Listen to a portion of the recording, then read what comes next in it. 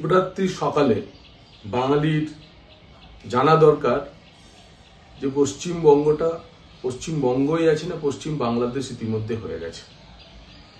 কলকাতার মেয়র জনাব ফিরহাদ সোহরাওয়ার্দী হাকিম, যিনি তার নিজের বিধানসভা ক্ষেত্রকে মিনি পাকিস্তান বলেন, দাওয়াতে ইসলামের কথা বলেন, অন্য ভিন ধর্মীদেরকে ইসলাম গ্রহণ করার কথা বলেন, সংখ্যালঘুদেরকে মুসলমানদেরকে জনসংখ্যা বাড়িয়ে সংখ্যাগুরু হয়ে যাওয়ার কথা বলেন, তার আমলে এবার কলকাতা শহরে বিশ্বকর্মার ছুটি বাতিল করা হলো এবং বিশ্বকর্মার ছুটি বাতিল করে কলকাতা কর্পোরেশনের স্কুলগুলিতে ঈদ উল ফিতরের ছুটি 2 দিন করা হলো। সারা ভারতবর্ষে ঈদ উল ফিতরের ছুটি 1 দিন হয়, কিন্তু কলকাতা কর্পোরেশন যেহেতু জনাব ফিরহাদ সোহরাওয়ার্দী হাকিমের দ্বারা শাসিত, যিনি দাওয়াত ইসলামের কথা বলেন, তাই এখানে 2 দিন করা হলো।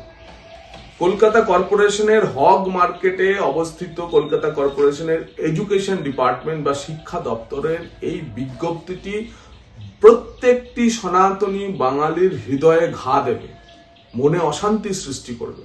কিন্তু তারা এটাও মনে করতে পারে যে রাজ্যের মুখিয়া মাননীয়া অমৃত কুম্ভকে মৃত্যু কুম্ভ বলতে পারেন, তার মেয়র, তার প্রিয় ববি কলকাতা কর্পোরেশনে বিশ্বকর্মার ছুটি বাতিল করে ঈদের ছুটি 2 দিন বাড়াবেন, সেটাই তো স্বাভাবিক।